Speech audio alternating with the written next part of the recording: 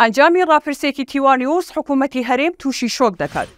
ئۆکرانیا، ئەڵمانیا، بەریتانیا و فەڕەنسا سەرکۆنەی هێرشەکانی سەر ئیسرائیل دەکەن و ڕووسیاش داوای دان بە خۆداگرتن دەکات.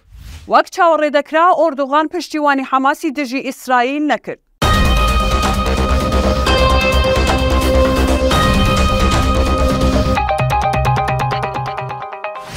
دوێنێ هەینەی 6 ئۆکتۆبەر میدیای تیوانیوس پرسیارێکی ئاڕاستی هاوڵاتیان و موچەخۆرانی هەرێم کرد کە پرسیارەکە ئەمە بوو: پێت باشە حکوومەتی هەرێم موچە دابەش بکات یاخود حکوومەتی عێراق؟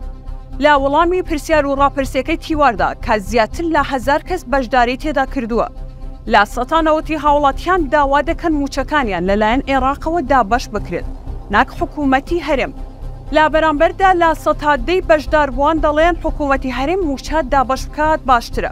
تیوانیوس بۆ زانینی هۆکاری ناومێدی هاوڵاتیان پەیوەندی کرد با چەند پەرلەمانتار و چاودێرێکی دۆخی سیاسی و ئیداریەوە.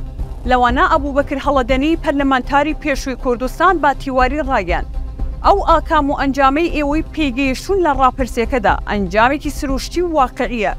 دوو هۆکاریشی هەیە: یەکەم بێباکی حکوومەتی هەرێم لە ئاسموچە و ژیانی هاوڵاتیان بەوەی لە کاتی خۆیدا لەگەڵ بەغداد ڕێک نەکەوتو، عمری هاوڵاتیانیشی برد بە ناوی ئابووری سربەخۆ. دوم هۆکاریش حکوومەتی هەرێم متمانەی لەدەستداوە. لا بەرامبەردا بەهمن کاکە عەبدوڵڵا پەرلەمانتاری پێشووی کوردستان و لا سەرلیستی پارتی هەر سەبارەت بەو پرسا بە تیوانیوسی ڕایگەیاند خەڵک دۆخی دارایی خراپە، بەڵێن ڕاستە، بەڵام حکوومەتی عێراق لێی مەسئولە.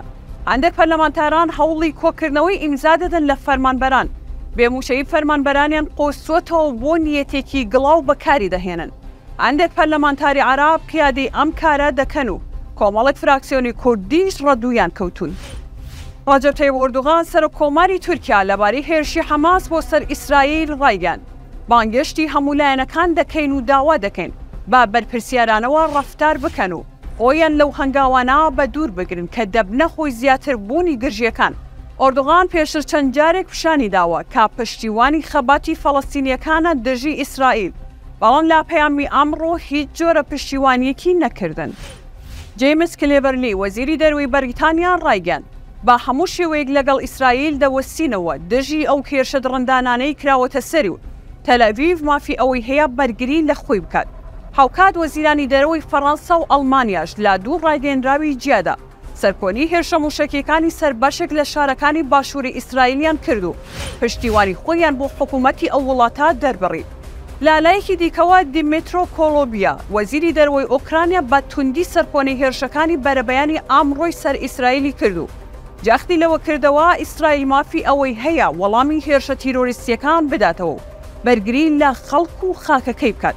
لا بەرامبەردا ڕووسیا داوا لە لایەنە بەشەڕهاتوەکان دەکات دان بە خۆیاندا بگرن و نەبنا هۆکاری ئاڵۆزبوونی زیاتری دۆخەکە چونکە لە بەرژەوەندی کەسدا نییە. بە یارمەتی هاوکاران سێ هەواڵم پێشکەشکردن شادمن.